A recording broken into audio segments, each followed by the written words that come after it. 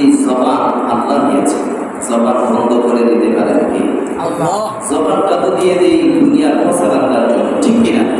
5 টাকার চা খায়া বলি আল্লাহ, যে যুগের চিল্লায়, যে যুগের মিছিলের মধ্যে মনে জীবন দিয়ে দিব। কোরআনটা কোরআ দিয়েছেন কে? এই চক্ষু দান করেছেন কে? এই জবান দিয়েছেন কে? এই হায়াতের মালিক কে? জবান যদি দিতে হয় কাকে দিতে হবে? জীবন যদি দিতে হয় কাকে দিতে হবে? এই অঙ্গ প্রত্যঙ্গ আমার আল্লাহ কুদরত দিয়ে সাজিয়েছেন।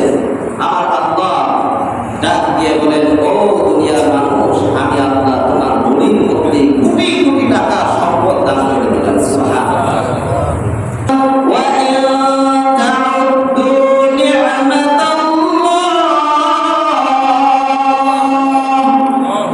আমি আল্লাহ যে নিয়ামত দিলাম, লা তুহসুহা, কিয়ামতের আগ পর্যন্ত গণনা করে শেষ করতে পারবে না।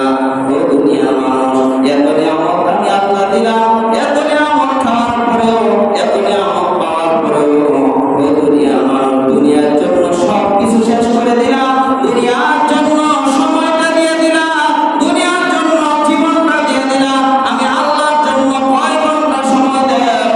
আমার আল্লাহ ডাক দিয়ে বলেন, ও দুনিয়ার মানুষ, শুনিয়া রাখো, আমি আল্লাহ পাক রব্বুল আলামিন এই জমিনের মধ্যে তোমাকে আমি আল্লাহ রব্বুল আলামিন করার জন্য তৈরি করেছি।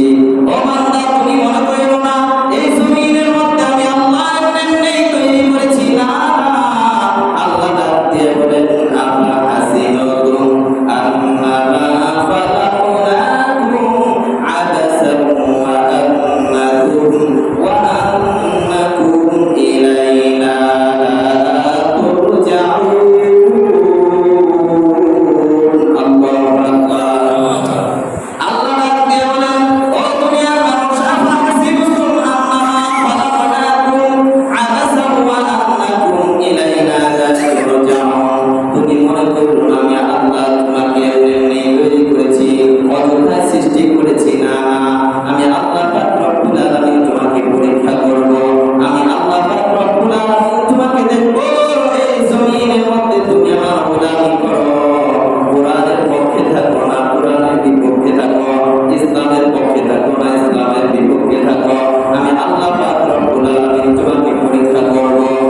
তবে স্মরণ রাখিও, ও দুনিয়ার মানুষ, তুমি যাই কিছু করো, আমি আল্লাহর নিকট তোমাকে আবার ফিরে আসতে হবে, ঠিক কিনা? ও মুসলমান ইমানদার, দুনিয়াতে যত সম্পদশালী হোক, যত টাকার মালিক হোক, একটা সময় এমন হয়ে যায়, ক্ষমতা যখন শেষ হয়ে যায়, আর পয়সার দাম থাকে না, ঠিক কিনা? ও দুনিয়ার মানুষ, যখন শক্তি থাকে সবাই তাকে ভয় পায়, যখন শক্তি শেষ হয়ে যায় তাকে কেউ ভয় পায় না, যখন ক্ষমতা থাকে সবাই তাকে সম্মান দেয়, যখন ক্ষমতা শেষ হয়ে যায় কেউ তাকে সম্মান করে না। আমার আল্লাহ ডাক দিয়ে বলে, আমি আল্লাহ পাক রব্বুল আলামিন যাদেরকে ঈমানের মতো নিয়ামত দিয়েছি, ঈমান নামক দৌলত যাদেরকে দান করেছি, তাদেরকে আমি আল্লাহ পাক রব্বুল আলামিন যত বৃদ্ধ হবে সম্মান আরো বৃদ্ধি করতে থাকবো। সুবহানাল্লাহ। ও দুনিয়ার মানুষ, দুনিয়াদার যত বৃদ্ধ হয় তত সম্মান করতে থাকে, ঠিক কিনা? দুনিয়াদার যত শিক্ষিতই হোক, এই যে জাহাঙ্গীরনগর বিশ্ববিদ্যালয়ের প্রভাষক, এত শিক্ষিত একজন ব্যক্তি, সন্তানরা দেশের বাহিরে থাকে, অনেক শিক্ষিত, অনেক বড় বড় পর্যায়ে আছে, কিন্তু জাহাঙ্গীরনগর বিশ্ববিদ্যালয়ের প্রভাষক হওয়ার পরে বিদ্যাশ্রমে তার স্থান হয়েছে। তিনি লিখেছেন, ও দুনিয়াবাসী, শুনিয়া রাখো, ইসলামী শিক্ষায় যারা শিক্ষিত হবে, যারা ইমানদার হবে, তারা যত বৃদ্ধ হবে সম্মান বাড়তে থাকবেন। সুবহানাল্লাহ।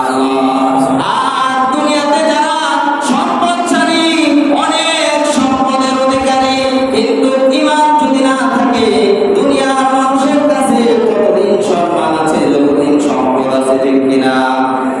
যতদিন ক্ষমতা আছে, ততদিন সম্মান আছে,